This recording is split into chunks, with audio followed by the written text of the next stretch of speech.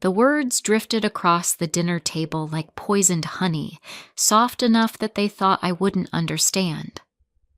Ona takaya naivnaya, Marcus murmured to his mother, Svetlana, as he reached for the wine bottle. She's so naive.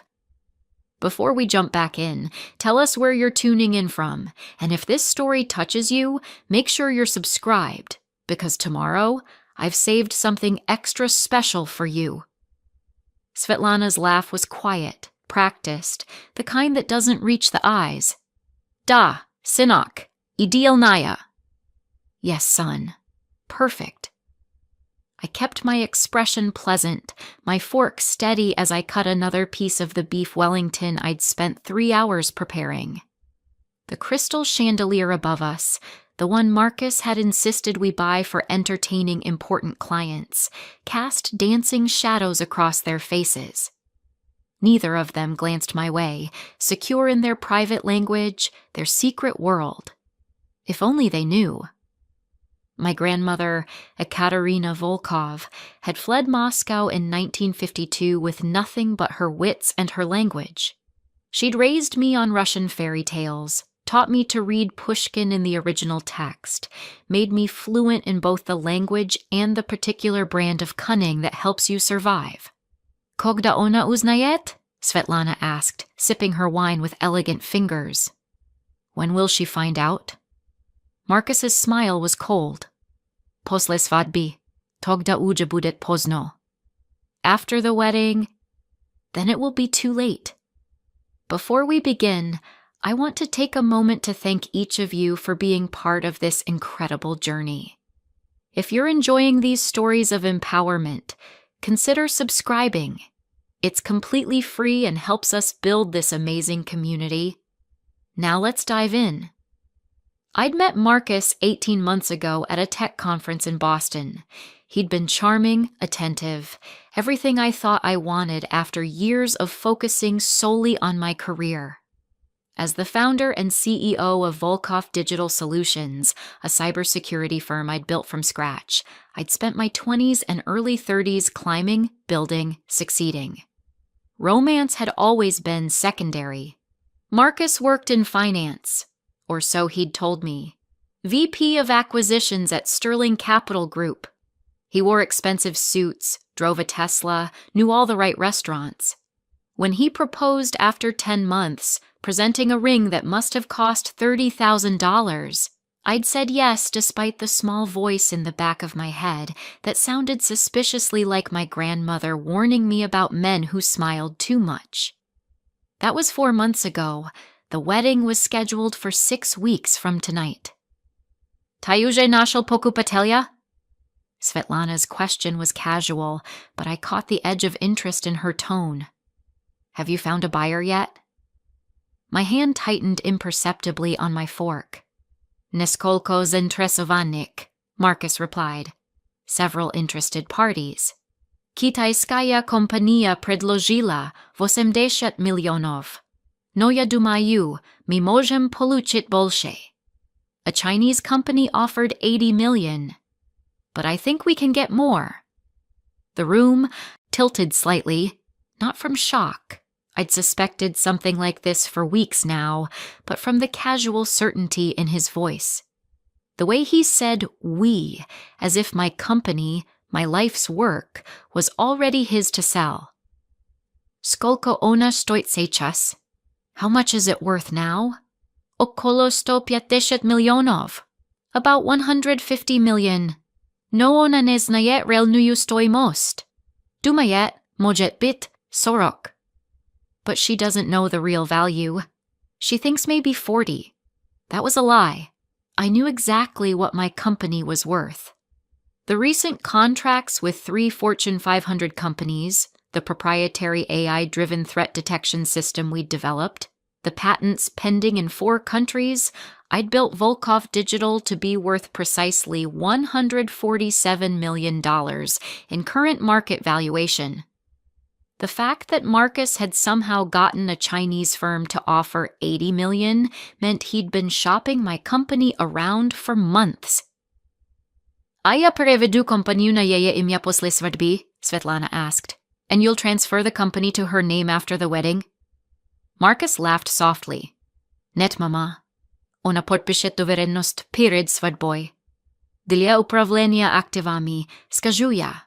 Для налоговых целей. No, mama. She'll sign a power of attorney before the wedding. For asset management, I'll tell her. For tax purposes. Umni malchik. Smart boy. I took a sip of wine, letting the Bordeaux coat my tongue while my mind raced through implications and options. A power of attorney. He'd been building toward this, I realized, thinking back over the past few months. The casual suggestions about getting our finances organized before the wedding. The recommendation of his excellent attorney, Viktor Kozlov, who just happened to be Russian and who Marcus had insisted should handle our prenuptial agreement. The prenup I'd signed 3 weeks ago, sitting in Victor's office while Marcus squeezed my hand and smiled and told me it was just a formality. I'd read it, of course. Every word. It had seemed straightforward. What's mine stays mine. What's his stays his. But now I understood there must have been something I'd missed, some clause buried in the legal language, or perhaps the real documents were yet to come. She actually trusts you, Svetlana said in English now, studying me with dark eyes that reminded me of a crow evaluating something shiny. That's good. Trust makes everything easier. She's smart about some things, Marcus replied, also switching to English, his hand finding mine across the table. His touch felt like ice, but naive about others, especially about people. I smiled at him, squeezed his hand back. What are you two talking about? You know I hate when you speak Russian and I can't understand. The lie came easily. I'd been practicing it for months, ever since the first time I'd heard them speaking in Russian and realized they thought they had a secret language. Ever since my grandmother's voice had whispered in my head, "Let them think. You're helpless, Malishka. Foolish men reveal everything to women they think don't understand." Just boring family stuff, Marcus said smoothly. Mom was asking about the wedding flowers. Orchids, Svetlana said with a smile that didn't reach her eyes. I think you should have orchids. They're elegant, sophisticated. They're also expensive, I said with a small laugh, playing my role. But if you think they're best, money shouldn't be a concern, Marcus said, lifting my hand to kiss it. Not for our perfect day. No, I thought. Money wouldn't be a concern. Not when he was planning to steal $150 million from me. Preparing and narrating this story took us a lot of time, so if you are enjoying it, like this video, it means a lot to us. Now back to the story. After dinner, Marcus retreated to his study, my study technically in the penthouse I'd bought 3 years ago, to catch up on work. Svetlana and I cleared the dishes, a domestic scene that might have been touching if she wasn't mentally counting the silver. You've made a lovely home, she said, loading the dishwasher with the precision of someone who's done this before. Her accent was thick, her English grammatically perfect, but flavored with Moscow. She'd immigrated 30 years ago, Marcus had told me after his father died. Marcus is lucky. I'm lucky too, I replied, rinsing a wine glass. He's wonderful. Yes. She paused, studying me. You know, in Russia we have a saying, Doveryai, no proveryai. Trust but verify. The irony was almost painful. That's good advice, I said carefully. My son, he has big dreams. She dried a plate slowly, methodically. He wants to give you everything. But dreams, they require sacrifice. What kind of sacrifice? Oh, you know, time, energy. Sometimes we must invest to gain returns. Her smile was practiced. You understand business, yes? You have your little company. My little company. The one I'd built from nothing, working 18-hour days for years, surviving 3 attempts by competitors to destroy me, winning contracts that had made grown men weep with envy. Yes, I said quietly. My little company. It's impressive for a woman so young. Marcus, he is very proud. He brags about you to everyone. She set the plate down. But running a company, it is stressful, no? Perhaps after the wedding, you think about selling. Enjoy life, have babies, let Marcus provide. There it was, the soft sell before the hard con. Maybe, I said, playing uncertain. I have worked very hard, though. It would be difficult to let go. Of course, of course. She patted my hand. But you trust Marcus, yes?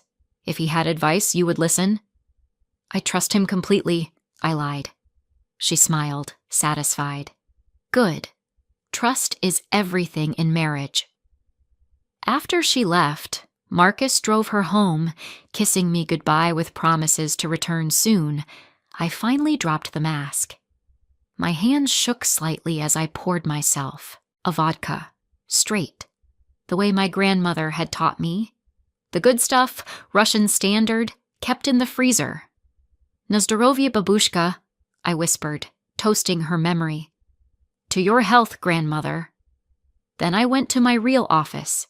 Marcus thought my study was the small room off the main living area, the one with the pretty desk and the decorative bookshelves. He was wrong. My real workspace was hidden behind what appeared to be a floor-to-ceiling wine storage unit in the dining room. A biometric lock disguised as a wine label responded to my fingerprint, and the entire section swung open silently. The room beyond was small, soundproofed, and lined with servers. 3 monitors hummed to life as I sat down, facial recognition confirming my identity.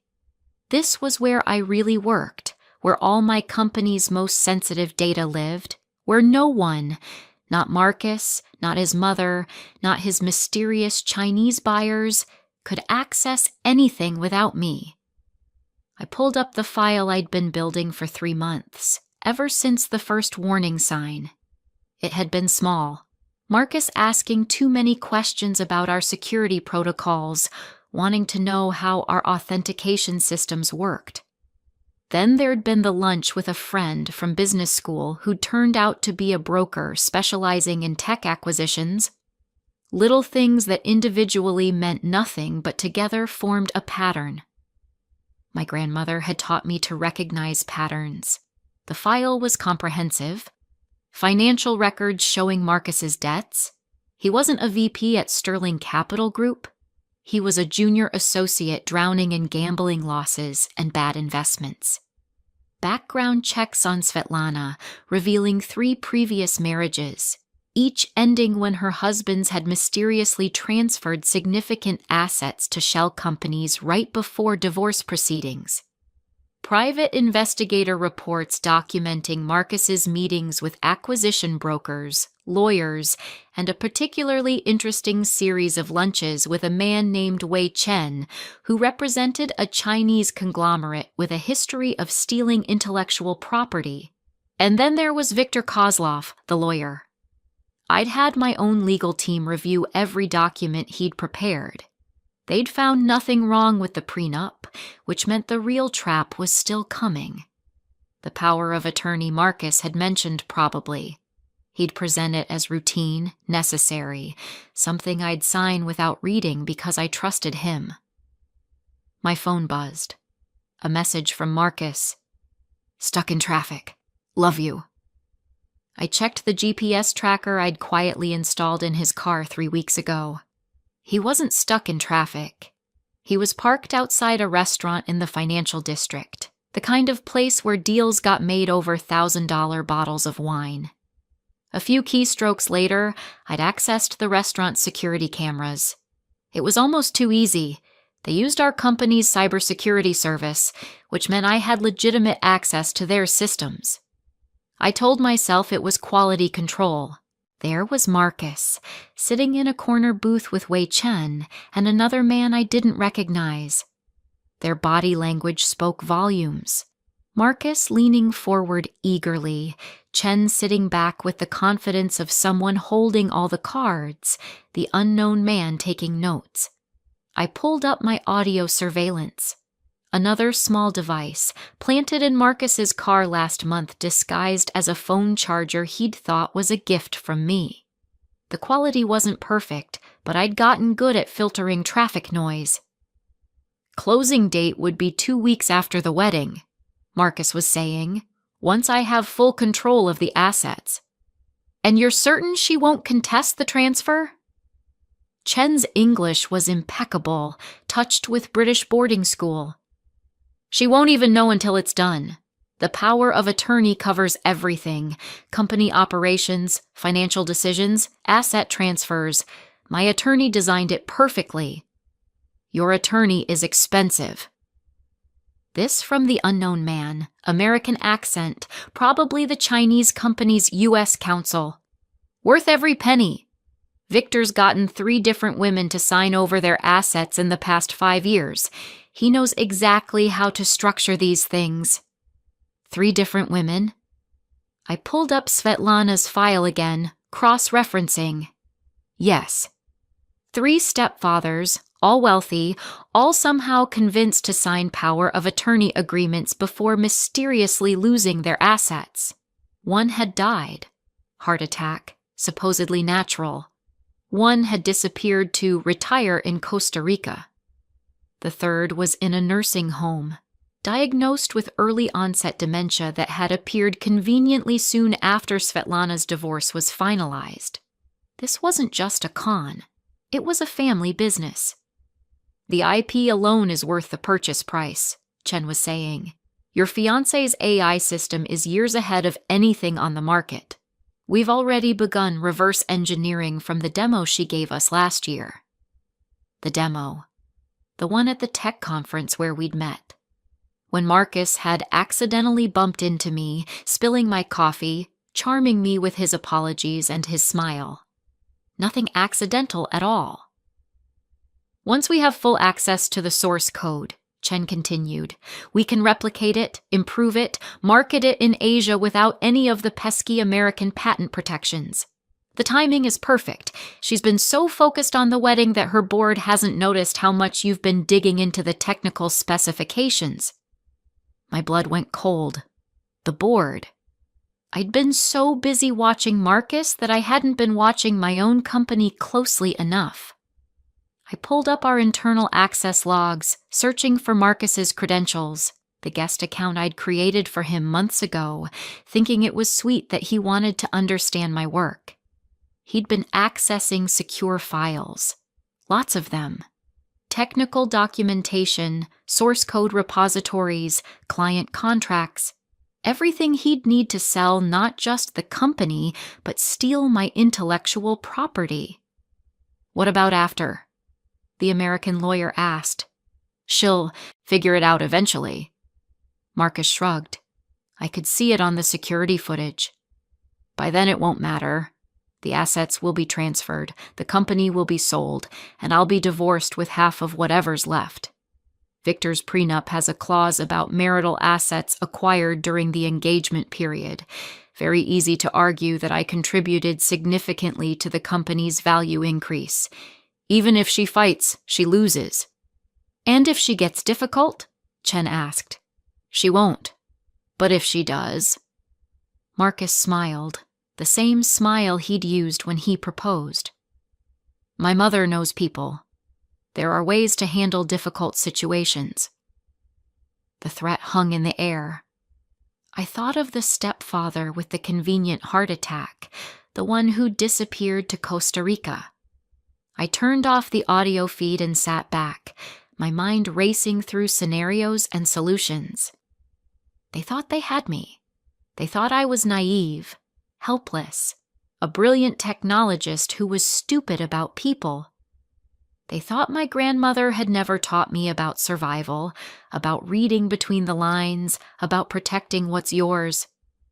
They were wrong.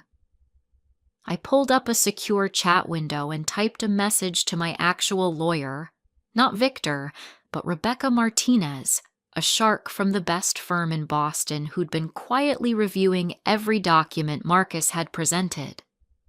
"We need to meet tomorrow morning, and I need you to bring a very specific type of contract."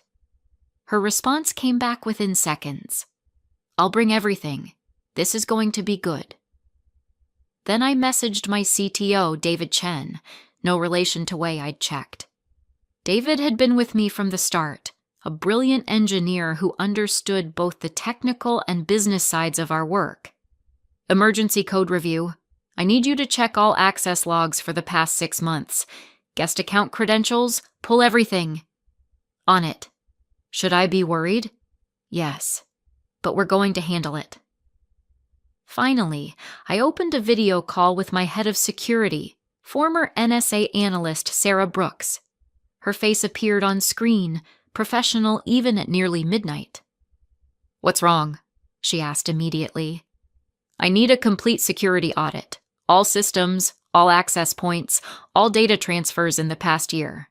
And I need you to quietly brick the guest account credentials I created for Marcus. Make it look like a system glitch. Nothing suspicious." "Done. Anything else?" "Yes. I need surveillance on 3 people. Full coverage." I sent her the names: Marcus, Svetlana, Viktor Kozlov. "I want to know everyone they talk to, everywhere they go, everything they buy. Can you handle it discreetly?" "Is this what I think it is?" "Worse. They're trying to steal the company, and possibly planning something more permanent if I resist." Sarah's expression hardened. "You should go to the police." "With what? Suspicions based on surveillance I probably shouldn't have access to?" "No. I need evidence that will hold up in court, and I need leverage." "What kind of leverage?"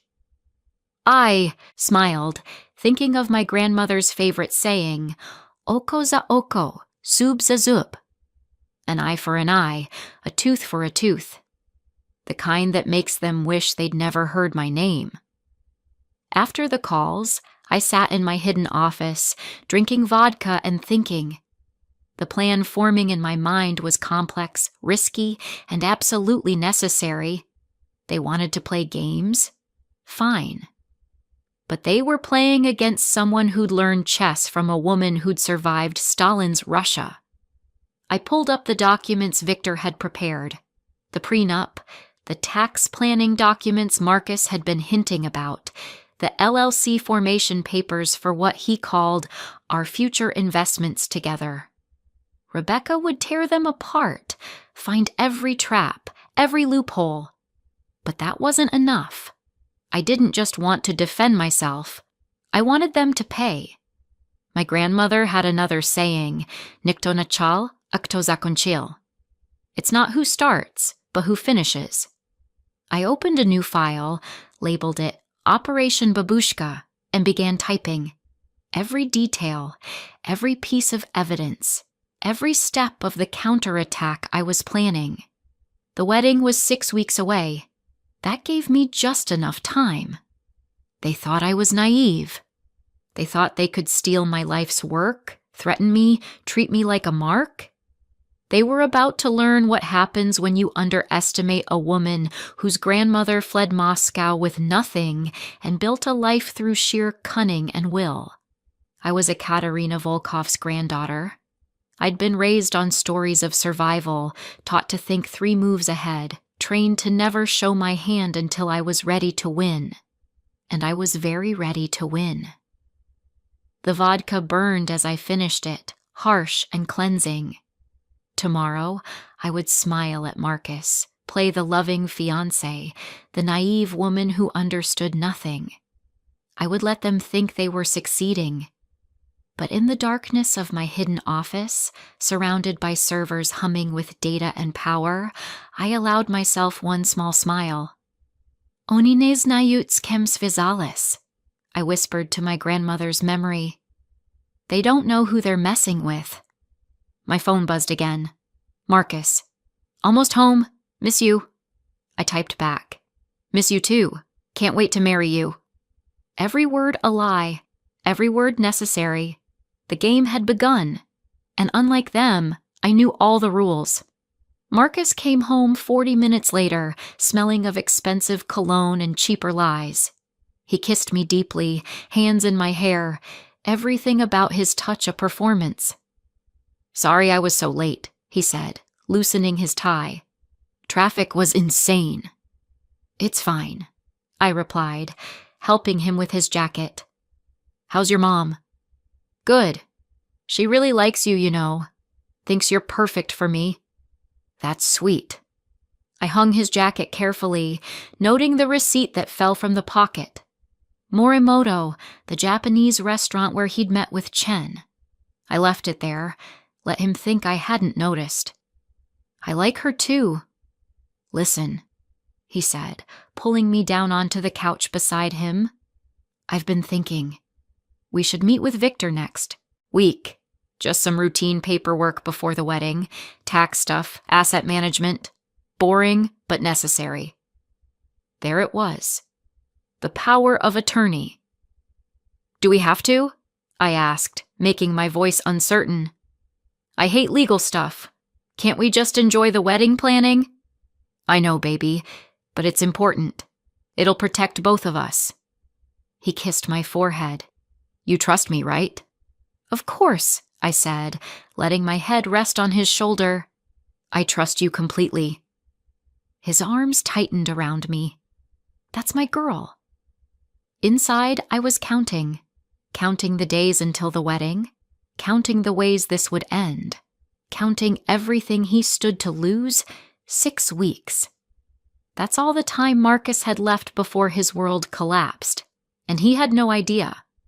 The meeting with Victor Kozlov was scheduled for Wednesday afternoon at his office in downtown Boston.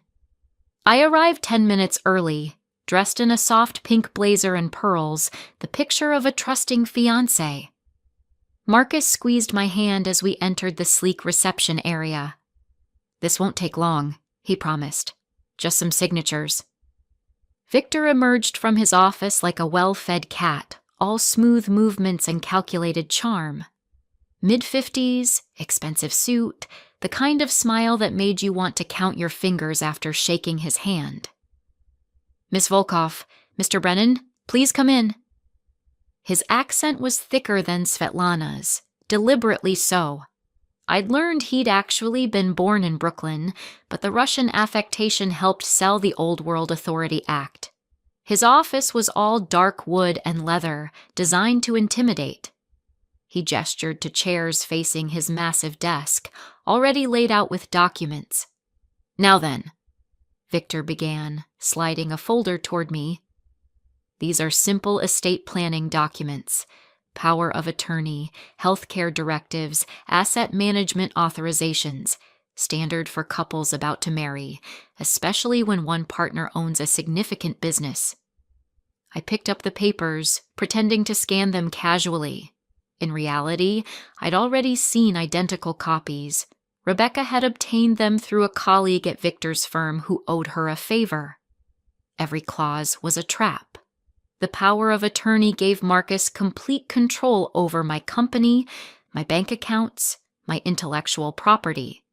The asset management agreement allowed him to sell, transfer, or restructure any holding without my consent. The healthcare directive ensured that if I became incapacitated, Marcus would make all decisions. It was comprehensive theft wrapped in legal jargon. "This seems like a lot," I said, making my voice small. "Do I really need to sign all of this?" "It's for your protection," Marcus said, his hand on my knee. "If something happened to me, you'd have the same authority over my assets." Except Marcus had no assets, just debts hidden under shell companies. "But my company will be fine," Victor interrupted smoothly. "This actually protects Volkov Digital. If anything were to happen to you, Marcus could ensure business continuity. Your employees, your clients, they'd be protected." "I suppose." I let my hand hover over the pen, watched them both lean forward slightly, anticipation written in their body language. Then I set the pen down. Actually, I'd like my lawyer to review these first. The temperature in the room dropped 10 degrees. Your lawyer? Marcus's voice was still pleasant, but I caught the edge. Baby, we don't need... I insist. I smiled apologetically. It's not that I don't trust you, but my board would want me to have independent counsel review anything involving the company. You understand, right? Victor's smile was frozen. Of course. Though I should mention, time is somewhat of the essence. These documents need to be in place before the wedding for the tax implications to... Then we'll move quickly. I stood, gathering my purse. I'll have my lawyer look at them tonight. We can reconvene tomorrow. Wait. Marcus caught my arm, his grip just slightly too tight. Can we talk outside for a minute? In the hallway, his mask slipped further. What are you doing? Being responsible, I said calmly. This is a major decision, Marcus. Surely you want me to be thorough? I want you to trust me. His jaw was tight. This is insulting. To me, to Victor. Then you won't mind waiting one more day for my lawyer's approval. I kept my voice light, but I held his gaze. Unless there's some reason you need me to sign right now? The moment stretched. I could see him calculating, trying to decide whether to push harder or retreat. Finally, he forced a smile. Of course not. You're right. Be thorough. I just want everything perfect for us. Me too, I said and kissed his cheek. As I walked away, I felt his eyes burning into my back. Let him worry. Let him wonder if his perfect mark was developing inconvenient questions.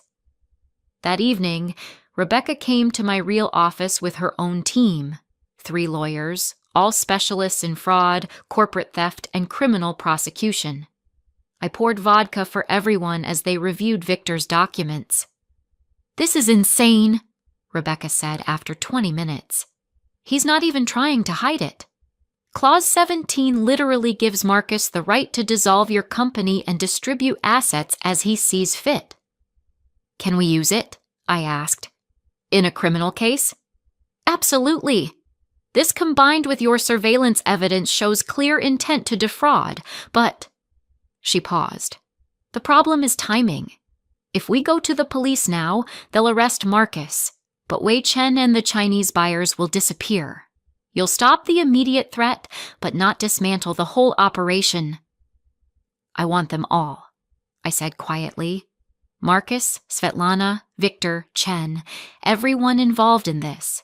I want them exposed, prosecuted, destroyed. One of Rebecca's associates, a young woman named Jennifer, leaned forward. Then we need to let it play out further. Let them think they're winning. How much further? The wedding, Jennifer said. Or, just before, we need them to commit the actual crime, the asset transfer, the intellectual property theft. Attempted fraud isn't enough. We need completed fraud. David Chen, my CTO, spoke up from the corner where he'd been reviewing the access logs. They've been downloading encrypted files for months, but they haven't accessed the real source code yet, just outdated documentation. I've been feeding the guest account fake information since you asked me to audit. So they think they have our AI system, but they don't? Correct. They have a version that looks right but won't actually work, like a car with no engine. I smiled. That's perfect. Let them steal nothing. Let them sell nothing to Wei Chen. But we need to catch them in the act, Rebecca cautioned. Which means you need to sign something.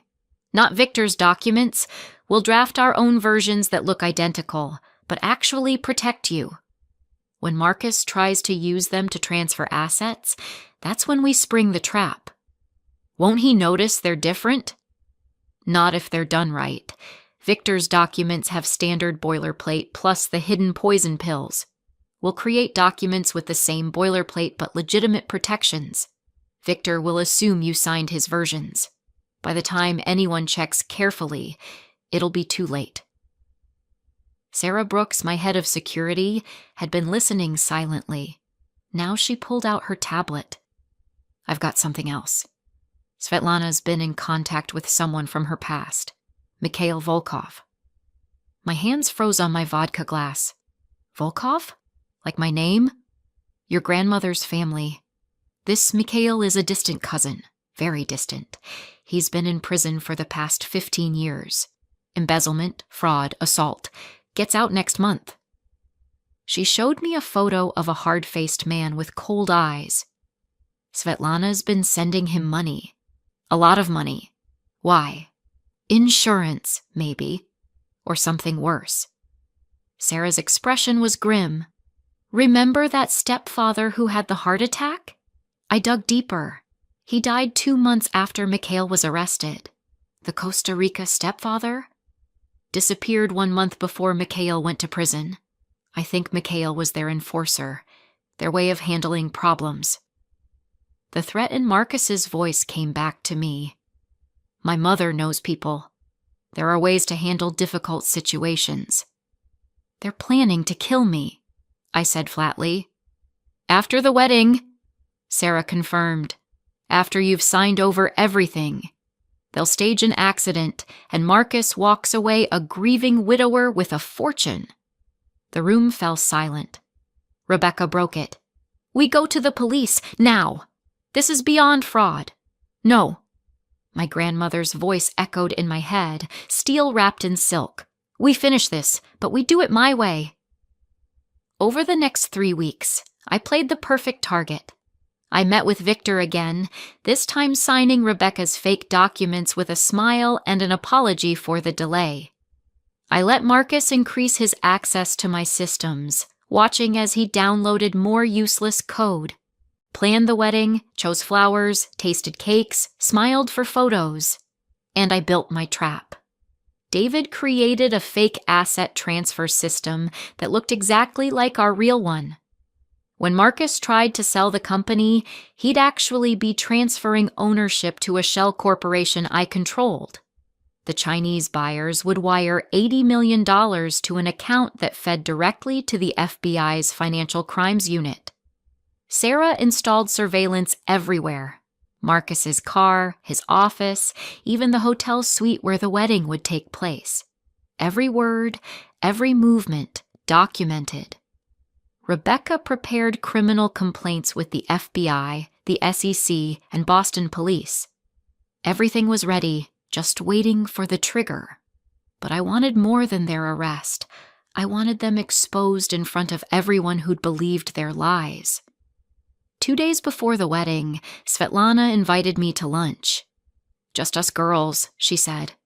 Bonding time. We met at a Russian restaurant in Brighton, all dark wood and nostalgic Soviet propaganda posters.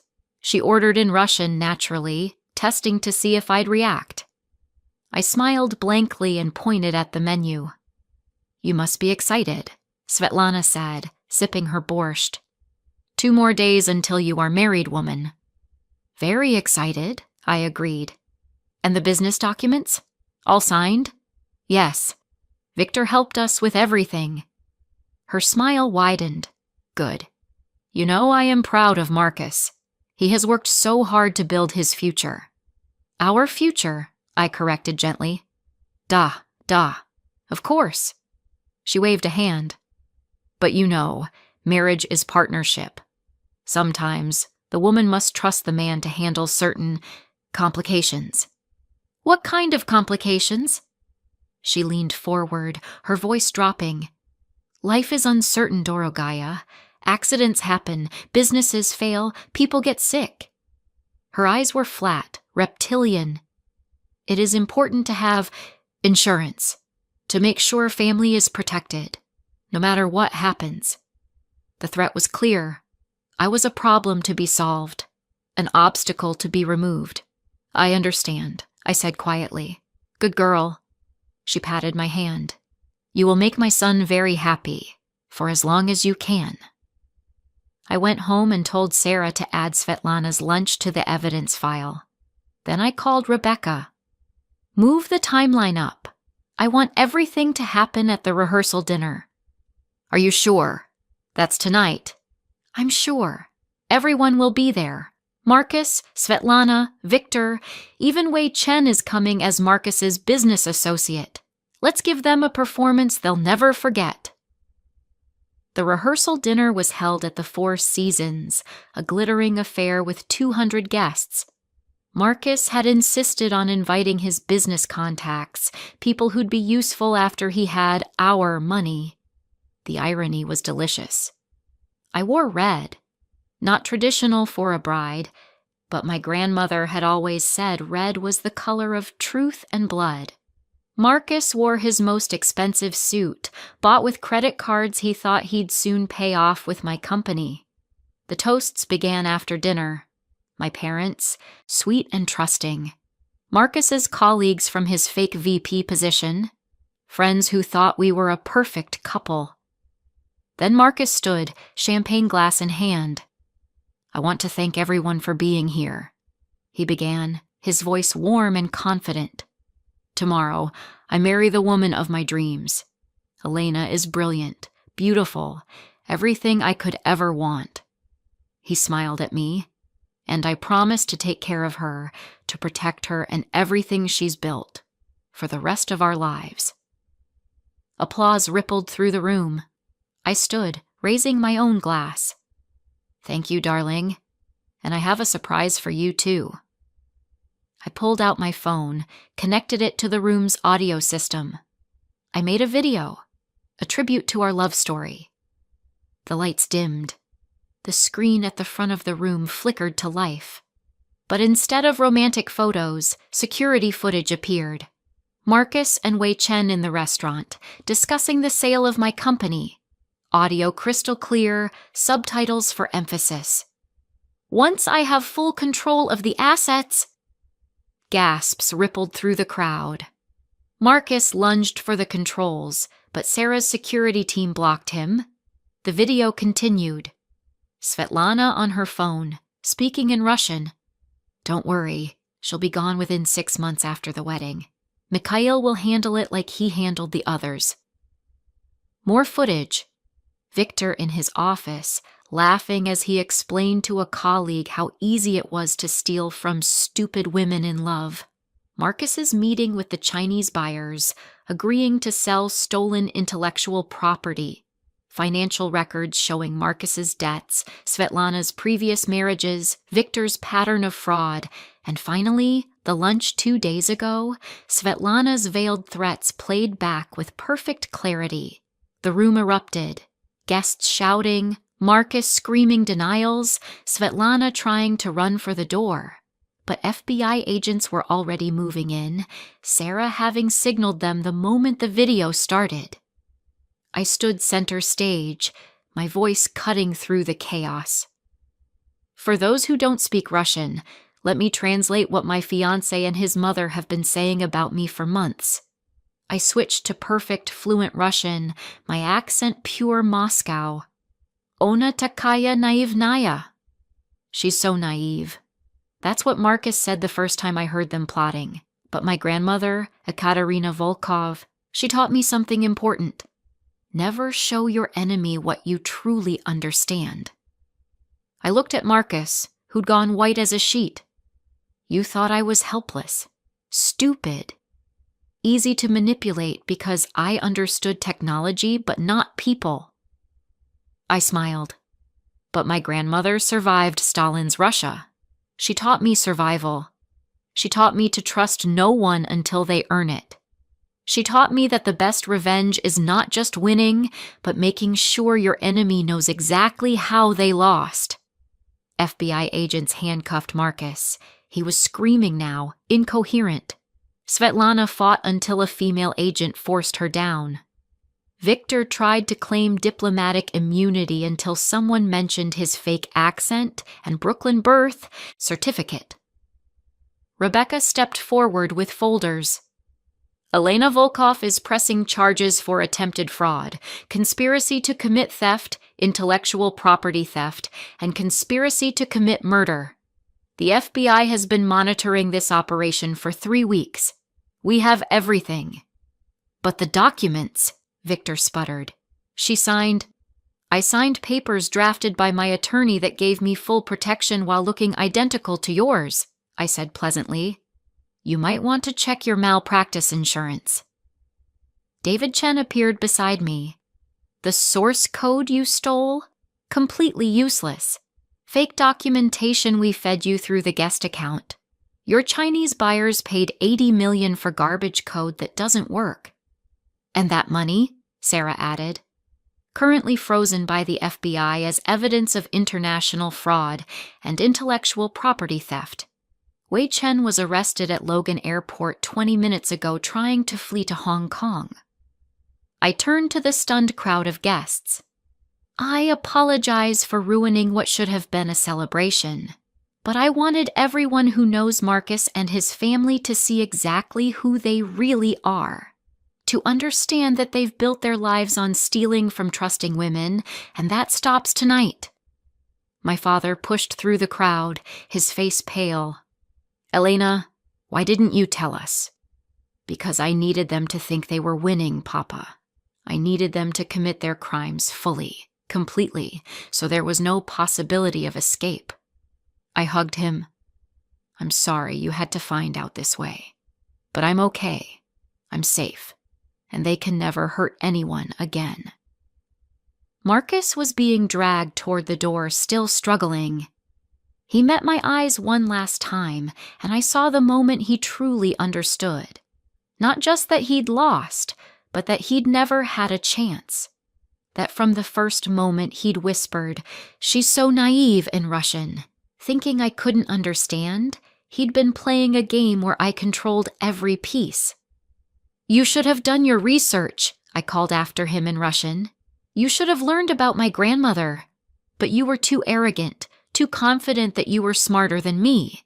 That was your first mistake. Your last mistake was threatening my life.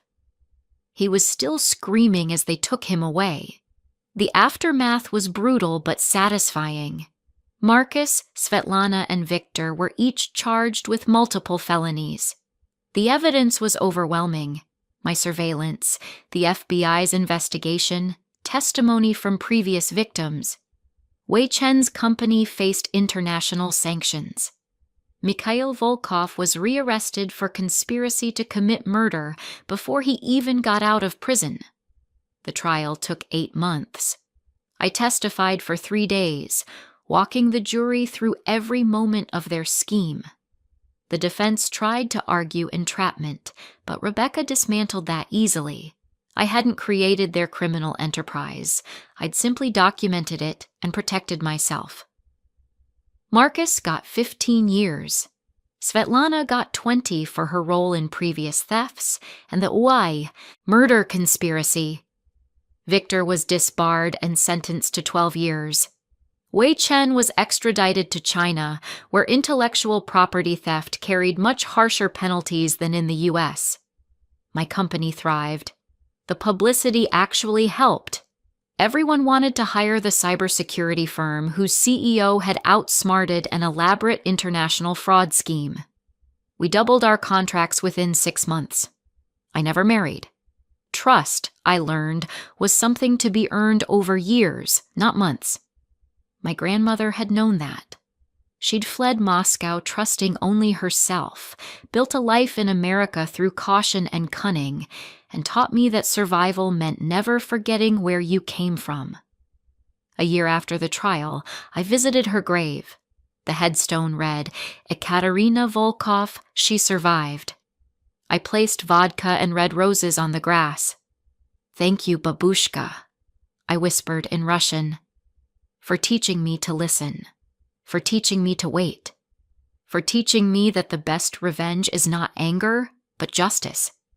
The wind rustled through the cemetery trees, and I imagined her voice. "Tai stelala korosho, vnuchka." You did well, granddaughter. I had. I'd survived. I'd won. And I'd done it using the lessons she'd taught me. Patience, observation, and the willingness to play weak while building strength in secret. Marcus had whispered, "She's so naive," in Russian, thinking I couldn't understand. He'd been wrong about everything. but especially about me. 6 months later, I received a letter forwarded from the prison. Marcuse's handwriting, shaky and uncertain. "I don't expect forgiveness," it read, "but I need you to know that I underestimated you. Completely. You were smarter, stronger, more prepared than I ever imagined. My mother and we thought we'd found the perfect target. We were wrong. You were never the target. We were." I read it once, then burned it in my office fireplace. His understanding changed nothing. His admission meant nothing. But I kept one line, wrote it on a card, and framed it on my wall. You were never the target. We were. A reminder. A trophy. A warning to anyone who might think I was easy to fool. My grandmother had survived Stalin's purges, Soviet oppression, immigration to a new country with nothing. She'd taught me that survival wasn't about being the strongest or the loudest. It was about being the smartest, about seeing patterns others missed, about patience, about letting your enemies think they were winning until the moment you revealed they'd already lost. "She's so naive," Marcus had whispered in Russian. He'd learned the truth too late, and now, every day in his cell, he had 15 years to think about his mistake. I went back to my work, building my company stronger than ever. I donated to organizations helping victims of fraud. I taught cybersecurity courses focusing on recognizing and preventing cons. I turned my near disaster into a mission to protect others. But sometimes, late at night in my hidden office, I would pour a shot of vodka and toast my grandmother's memory. "Na zdorowie, babushka," I would whisper. "To your health." And I would smile, knowing that somewhere she was smiling too, proud that her granddaughter had learned her lessons well, proud that when they whispered in Russian, thinking I didn't understand, I'd understood everything and used it to destroy them completely. The game was over. Justice had been served, and I had won. Up next, you've got 2 more standout stories right on your screen. If this one hit the mark, you won't want to pass these up. Just click and check them out. And don't forget to like, subscribe, and turn on the notification bell so you don't miss any upload from us.